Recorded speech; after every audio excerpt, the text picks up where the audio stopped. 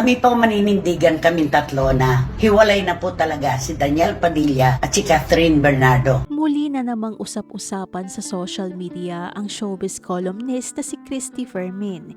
Ito ay matapos kumpirmahin nito na totoong matagal nang hiwalay sina Catherine Bernardo at Daniel Padilla. At ito di umano ay galing mismo sa bibig ng ina ni Daniel na si Carla Estrada. Subalit kaagad namang umalma si Carla at itinanggi ang mga pinahayag ni Fermin.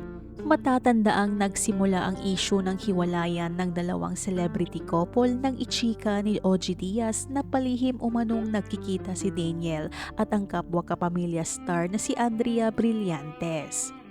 At ilang linggo na rin itong usap-usapan online. Nananatiling haka-haka ang hiwalayang Katniel dahil walang nagkukumpirma dito.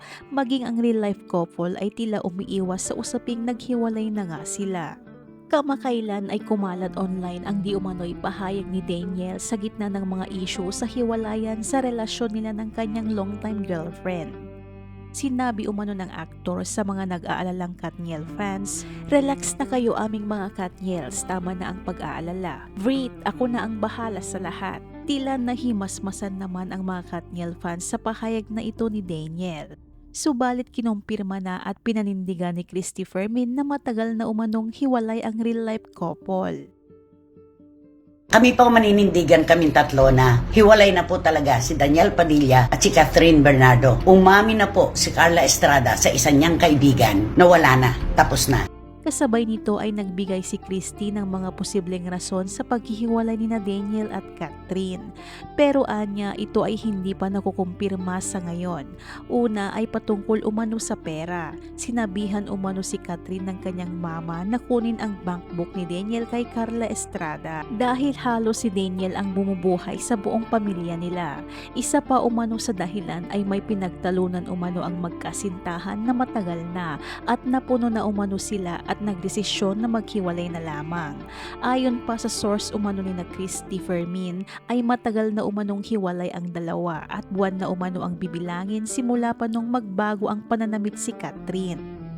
Hindi lang umano nila maamin ang mga ito dahil maaaring mayroon pang iniendorso ang mga ito na hindi pa pwedeng ilabas sa publiko na hiwalay na sila. Posible rin umanong nagiging gentleman lang si Daniel at hinihintay lamang si Catherine na siyang mag-anunsyo nito sa publiko. Gayunpaman sa kabila nito, sinabi naman ni Christy Fermin na baka magpapahinga lang umano ang magkasintahan sa kanilang relasyon pero magkakabalikan din ang mga ito kapag natapos na ang lahat ng problema. Sinabi pa ni Christy na sana ay matanggap na ng mga fans nila ang katotohanan na hiwalay na ang dalawa dahil kung iisipin umano ay mas mainam na kaysa nagpakasal sila at saka pa lamang sila maghihiwalay.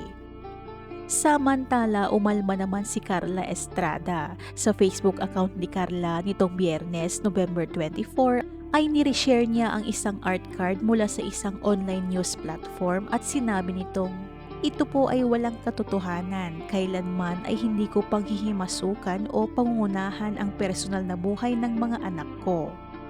Sa ngayon ay katanungan pa rin sa mga fans ang katotohanan na manggagaling mismo sana sa bibig ni na Daniel at Catherine na ang mga ito ay hiwalay na. Ano naman ang masasabi mo dito? Ibahagi ang iyong komento.